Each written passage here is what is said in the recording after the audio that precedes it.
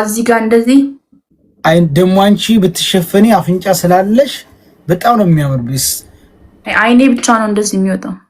ይሄ ብትሸፈኒ ያለሽ ማንንም ወንድ ሰላማቲም ማንንም ወንድ አቅፈሽ የኔ ውድ ያገሬ ልጅ የለም፣ ያክስት ልጅ ያጎት ልጅ የሚባል የለም፣ ሰላምታ የለም። ሰውነትሽን የሚነካው የኔ የባልሽ ሰውነት ብቻ ነው።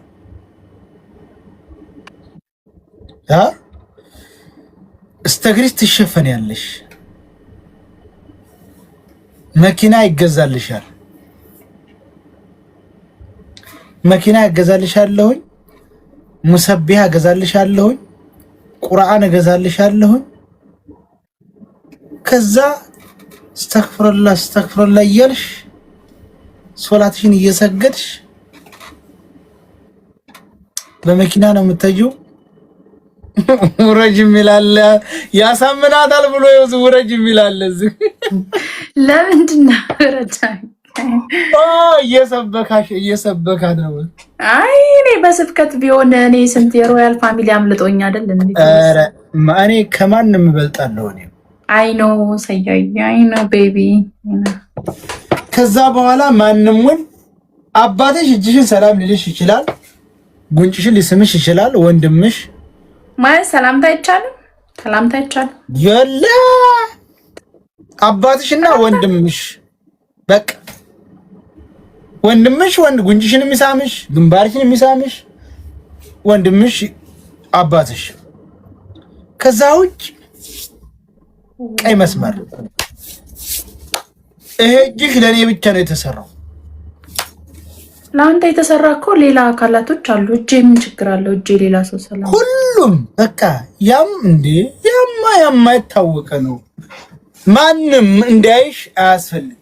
እንደ በርማሽላ እንደ በቆሎ ሽፍንፍን ብለሽ ልክ ክላስ ስንገባ ለምሳሌ ክላሳችን ስንገባ እንደ አርገሽ ቢጃማሽን ይሄንን አባያሽን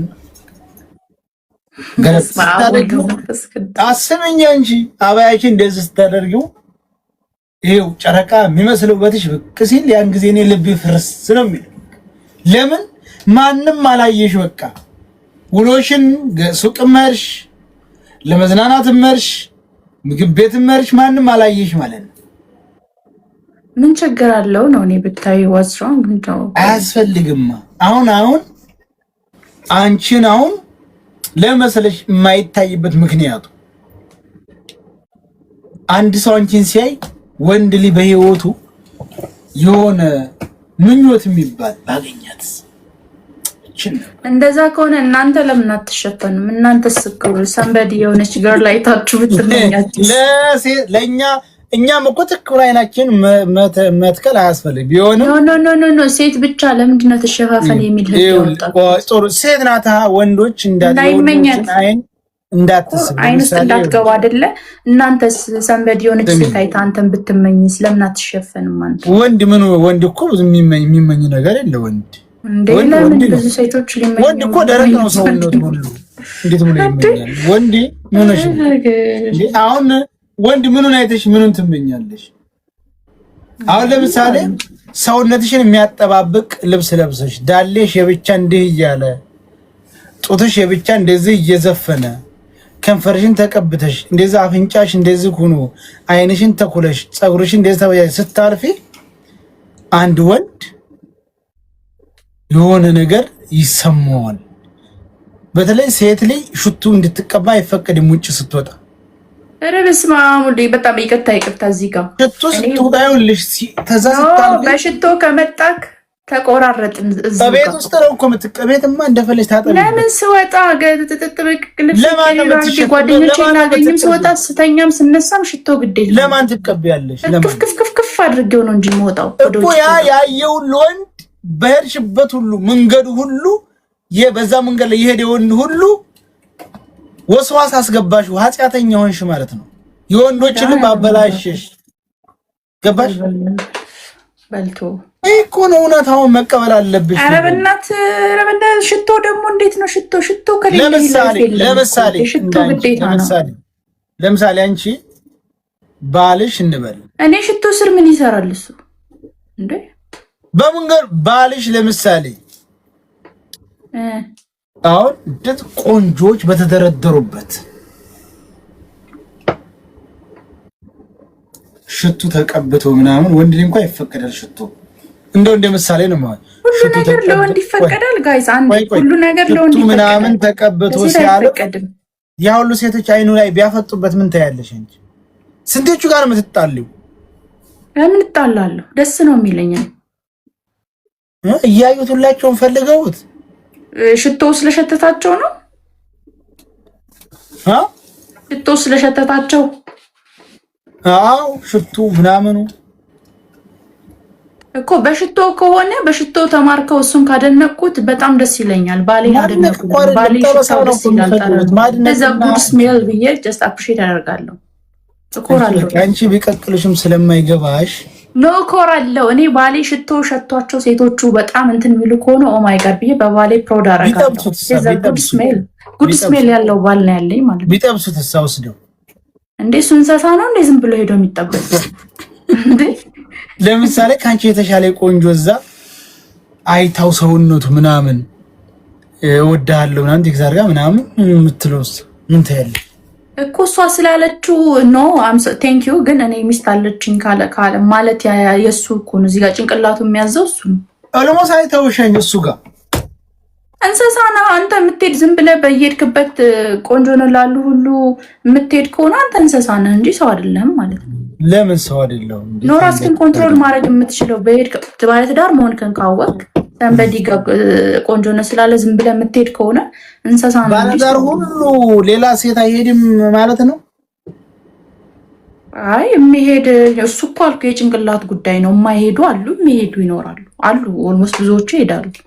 እሱማ እንደኛ ያለው አለ። አም ሶሪ እኔ ግን ለምሳሌ እኔ ባላገር አለ እንደኛ ያለ ባላለኝ እኔ ሰማኝ ሰያ እኔ ባላለኝ ኢቭን ሽቶ የሚልክልኝ እሱ ነው እንዳለ ሽቶችን ስትወጪ እንደዚህ ንስንስ ብለሽ ውጪ የሚለኝ እሱ ነው። ጅል ነው ንስንስ ብለሽ ውጪ በቃ ተነስሽ ነው ሽቶ ነው ትልቁ ወጪ ጋይስ። በጣም ውድ ሚስቱን ለሌላም እያጋራ ነው ማለት ነው። ሽቶ የምገዛው እያጋራ ነው ማለት ነው። ለሌላም ሰው እያጋራ መሆኑን አያውቅም። ለምን እንደሚጋራው እንዴ? እኔ እንስሳ ነኝ እንዴ?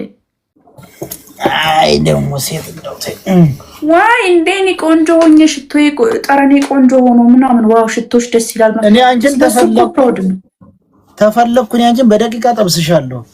በደቂቃ ማንን በአካል ተገናኝተን ተፈለኩ። ኧረ በእናትህ ዘይድ ወላሂ በደቂቃ ኧረ ዘይድ በእናትህ ወንድና ሴት እኮ አንድ ስለሚመስላችሁ ነው። ወንዶችማ በደቂቃ ነው የምትሄዱት። ሴት ግን እንደዛ አይደለም እኮ።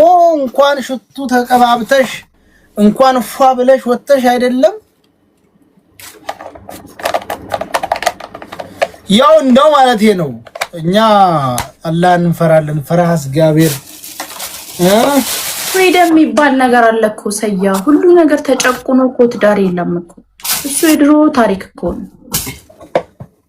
ድሮም ትዳር ድሮም ጭቆና አይደለም፣ አሁንም ጭቆና አይደለም። ትዳር ያው ትዳር። ሁሉ ነገር የሆነ ነገር ለወንድ ይፈቀዳል፣ የሆነ ነገር ለሴት አይፈቀድም። ዋይ ለምን? ጥሩ ወንዶች ራሳቸውን ኮንትሮል ማድረግ ይችላሉ። ወንዶች ደግሞ እንደ ሴት ጋር እኩል አይደሉም። ሴት ማንም ሰው ይደፍራታል። ማንም ሰው ሴት በቃ ቀለል ያለች ናት። አየህ እንደዛ አይነት አመለካከት ሰው ሃርድ። አሁን በክርስትና እምነት አላውቅም፣ በሙስሊም ሴት ስትሞት መቃብሯ ላይ ስንት ድንጋይ ነው የሚደረግባት? በክርስትና እንዴ ስንት ድንጋይ ማለት በክርስትና አለ የለም? የክርስትና አላውቅም። አሁን ሲቀበሩ ሴቶች መቃብር ላይ ስንት ድንጋይ ነው የሚደረገው? የለም ምን ያላቅም ስለ ቀብሬ አርጌ ድንጋይ አላቅም። አንቺ እኮ ቀብረሽ አንቺ ቀብረሽ ታውቃለሽ እንዴ? ሴት ላይ ክርስቲያን ሴት ቀብር ላይ ስንት ድንጋይ ነው የሚደረገው? እኔ አላቅም። ድንጋይ ይደረጋል አዎ እዝክ ክርስቲያን አንተ ሙስሊም ነህ ታይተህ ክርስቲያኑ ሁለት አዋይሽ ሙስሊም ቀብር ላይ ሁለት ነው። አሁን ሴቶች ሁለት ድንጋይ ነው ላይቱ ላይ የሚሆነው ገባ ሁለት የሆነው ለምንድን ነው? የወንድስ ሲሞቱ ቀብራቸው ላይ ሁለት ድንጋይ ይተከላል። እሺ የወንድስ? የወንድ አንድ። ምክንያቱ ምንድነው? የወንድ ልቡ አንድ ነው፣ የሴት ልቡ ሁለት ስለሆነ ነው ይላሉ። ስትቀበር ሁለት ድንጋይ ነው የሚደረገው። አይታችሁ አይደለም? በገጠር በእኛ አካባቢ ቀብር ሙስሊሙ ቀብር እንደዛ ነው። የክርስቲያን አይቺ ስለማላቅ ነው። አይሽ ስለዚህ እኮ ምክንያቱ ለሴት ሁለት የሆነበትን በደንብ አስረዳኝ። ልቧ ሁለት ስለሆነ ሁለት ልብ ነው ያላት በተፈጥሮ። አረ እንደውም 12 ባይሆን ብለሽ ነው። ተስማ በተፈጥሮ ሴት የውሳኔ ሰው አይደለችም። አንተ ተደማመጡ የሚል አካውንት ገደል ግባሽ ቆሻሻ ቀፋፍ ምን አባካለሁ ቡዳ ደንቆሮ 10 ይጽፋል። አልወዳትም ለምንድን ነው እቺ ልጅ የምታስገባት ይላል። ደንቆሮ ሰውዬ ምን አረጋግጥ ተደማመጡ የሚል አለ አንድ ደንቆሮ። እኔ ምን አባቷ ቆይ ይጽፋል ከቀደም ጀምሮ። ተው ወንድማችን ተው በቃ ቆሻሻ ችግር አለብህ እንዴ ከኔ ጋር አንተ ደንቆሮ እና አባት ሰራለህ በሰታተኛ ካልፈለከኝ እኔን ስክሮል አድርጋ አትወጣም። ሌላ ላይ ብለህ ትገባለሽ። አንቺ ስድብ አያምርብሽ። ኖ በጣም ተደጋጋሚ ላሽ እያልኩት ይጽፋል ከታች። እኔ ከደበርኩት ያንተን ላይቭ ትቶ ሌላ ቦታ መሄድ ነው እና አባቱ ይሰራል። እዚህ ሴቱኝ ወንጭ ሆነሻል።